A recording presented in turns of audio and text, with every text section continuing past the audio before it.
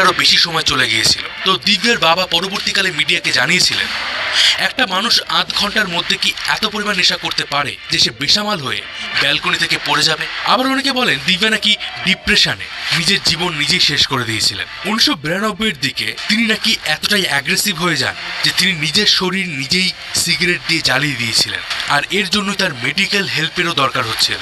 আর জানা যায় যে ডক্টর শ্যাম লুল্লা মানে নিতার হাজব্যান্ড সেই সাইকিয়াট্রিস্ট ছিলেন যার কাছে দিব্যা কাউন্সিলিং করাতেন।